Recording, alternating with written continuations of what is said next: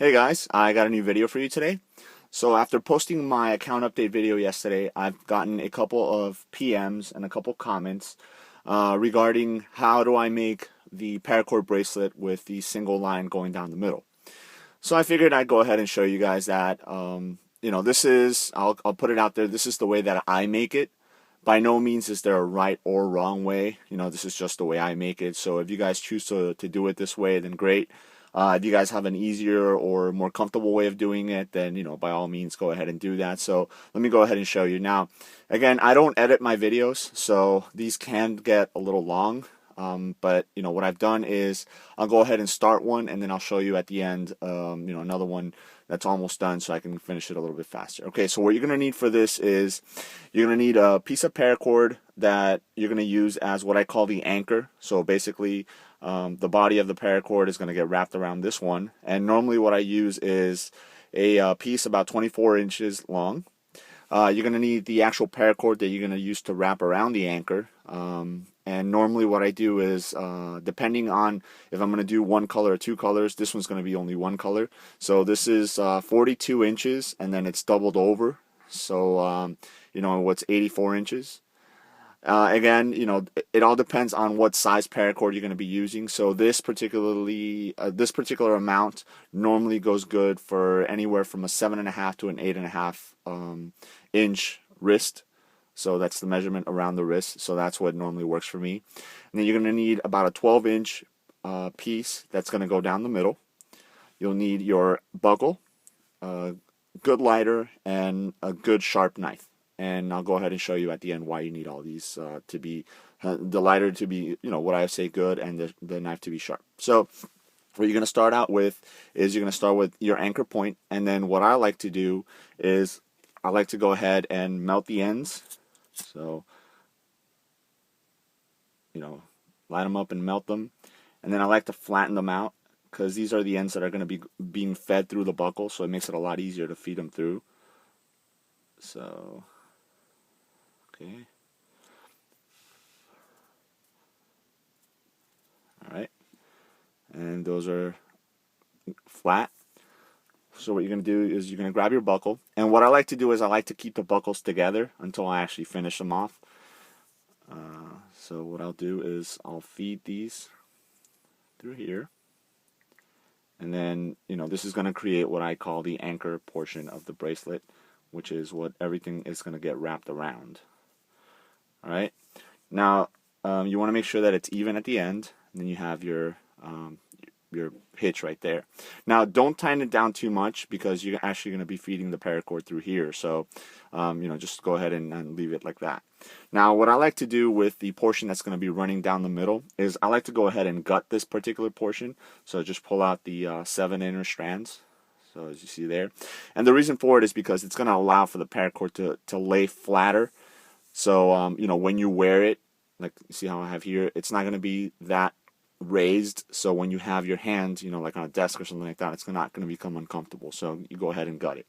Now, the reason that I said to go ahead and not tighten this too much is because you're going to want to back it out a little bit, so to create a hole right there. And then what you're going to do is you're going to feed that portion of paracord right through that hole. Alright? And then you go ahead and tighten it back up. Alright, so make sure everything's even.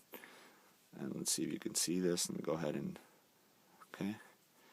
So what you're going to do is you're just going to pull on it a little bit until you get to about 1/2 inch away from the actual rest of the cord. And then you're going to go ahead and burn this so you can melt it. Alright, so once it's good and melted, you're going to back it up.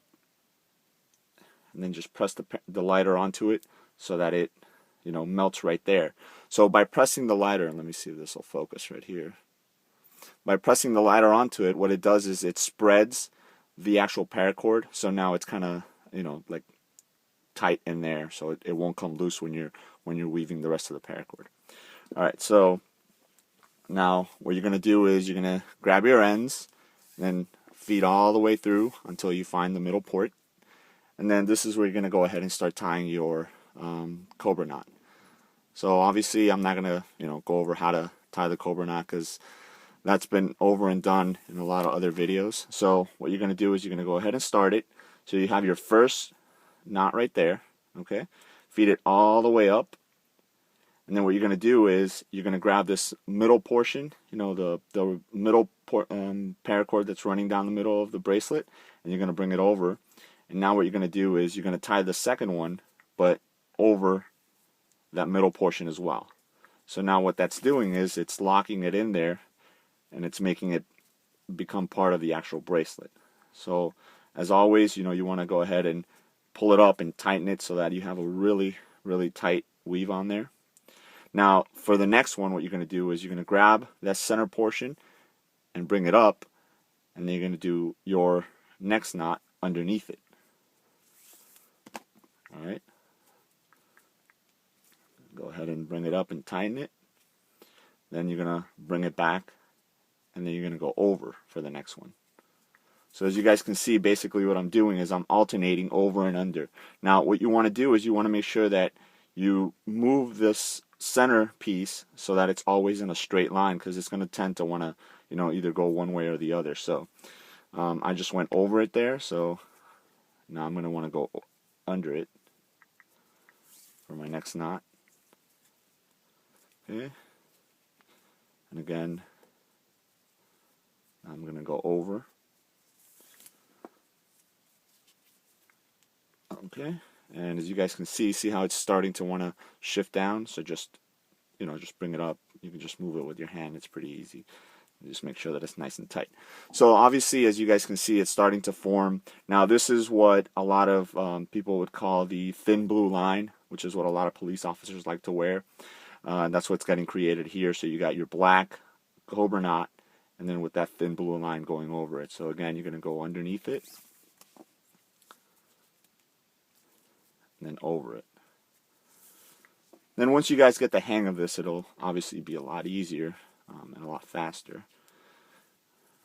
Alright, and then just pull on it. Just don't pull too hard, because even though you did burn that piece back here, you don't want it to come loose up there. So you guys can see there it's starting to go. So I'm going to go ahead and put this one to the side, and I'll show you one that I had already started here to see how you finish it.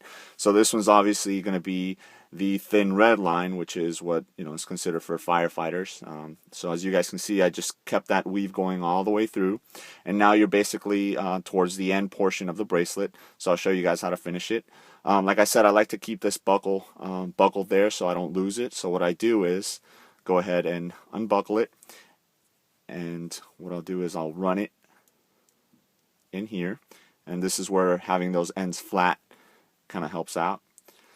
So now what you're going to want to do is, normally what I try and do is finish off the buckle with maybe like 2 more knots that I have to do, just so that it's not too bulky at the end. So what you want to do is you want to try and end it at the point where you're going to be going over under the buckle, or the middle portion, so that can actually get fed through as well.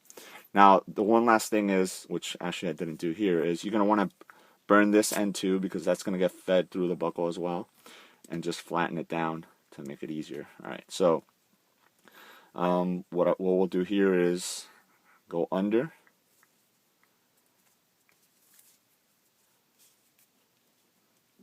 alright, so now it's tight on there, and then what you're going to want to do is bring the middle portion here and feed it through the buckle. Okay, just make sure that it's not twisted like it started to want to do there. Alright, and that's going to come underneath as well. Alright, and then you're going to go ahead and tighten it one more so that it's locked down. Alright, it's locked. So now you see you have that going through the buckle there, and then it's locked in the back right there. Alright, so now this is the portion where you're going to go ahead and cut everything and cinch it. So this is where a nice sharp knife is going to come in handy. I try and make and be very meticulous with the way that I do the paracord. So I like to make sure that all the ends are nice and burnt, but very clean looking.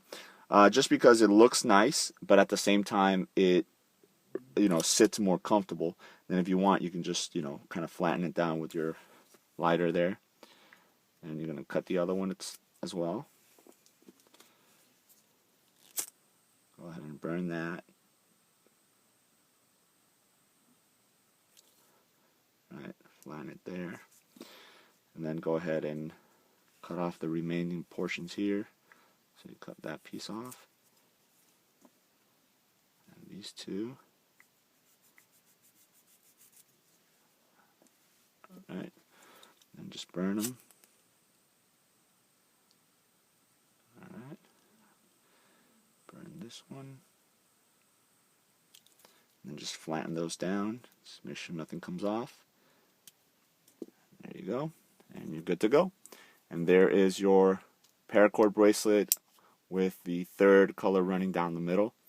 So obviously, so you guys can see, once you get the hang of doing the weave all the way through, it looks really, really nice.